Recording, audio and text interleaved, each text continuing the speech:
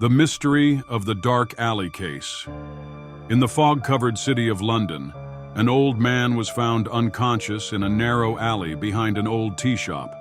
His body was cold, with a deep wound on his chest.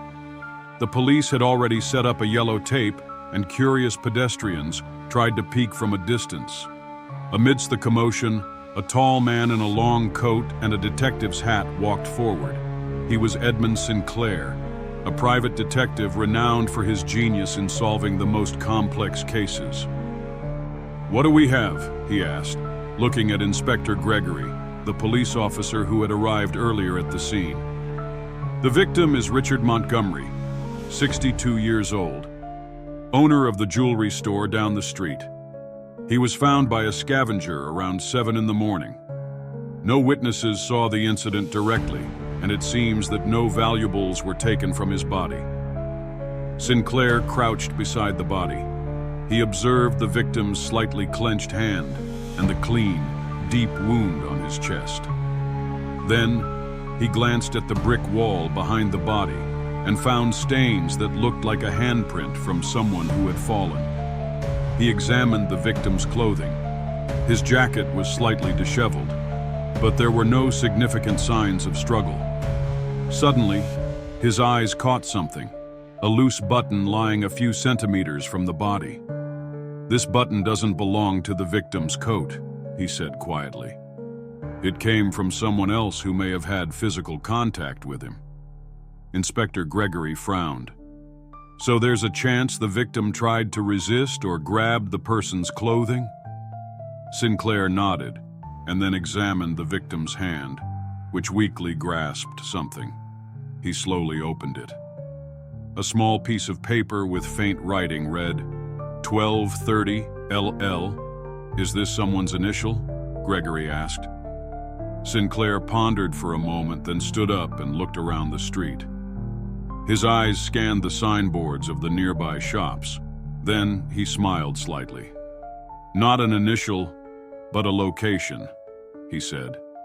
"There's a coffee shop called Larkspur at the end of the street. Perhaps he had an appointment with someone there." Without wasting time, they walked toward the shop. Inside, the warm atmosphere and the aroma of coffee filled the air. A waitress approached them with a polite smile. "We're from the police. Did the victim, Richard Montgomery, come here last night?" Gregory asked. The waitress looked shocked, then nodded. "Yes, he arrived around 1:30 in the morning. He sat in the corner over there with a young man in a gray suit." "Did you hear what they were talking about?" Sinclair asked. "I didn't hear everything, but I remember Mr. Montgomery looked upset. He said something about paying off a debt before it's too late." Gregory noted the information, while Sinclair narrowed his eyes. A young man in a gray suit, possibly an employee or a businessman. They returned to the alley and began digging deeper into the victim's life. Within hours, they discovered that Richard Montgomery had a nephew named Leonard Montgomery, a young man who worked as the manager of the victim's jewelry store. When they arrived at Leonard's house, they found him sitting nervously in the living room. "We have a few questions about your uncle," Gregory said firmly. Leonard swallowed hard. I was shocked to hear the news. I don't know who could do something so terrible."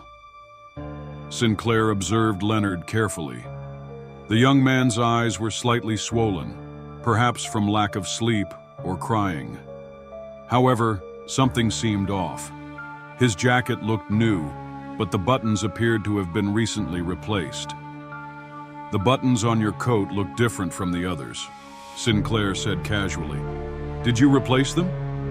Leonard hesitated for a moment, then answered uncertainly, "Yes, yesterday afternoon. The old button fell off, so I replaced it." Sinclair smiled slightly.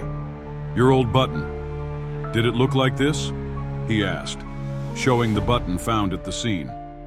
Leonard's face turned pale instantly. He stepped back slightly in his chair, and Gregory prepared in case he tried to run. "Leonard Montgomery, you met your uncle last night, didn't you?" Sinclair said calmly. No, I just wanted to talk to him. He accused me of stealing money from the store, but I didn't do it.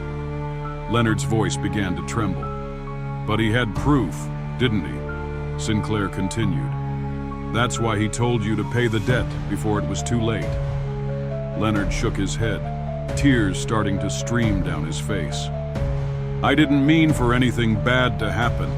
We argued. He tried to grab me, and I pushed him. Then suddenly he was on the ground. I don't know what happened. Gregory quickly handcuffed Leonard, while Sinclair simply sighed. Tragedies often occur not because of a well-planned scheme, but because of uncontrollable emotions, Sinclair said softly. As Leonard was taken to the police station, Sinclair looked up at the sky, which was beginning to clear. One mystery had been solved, but the world was still full of secrets waiting to be uncovered.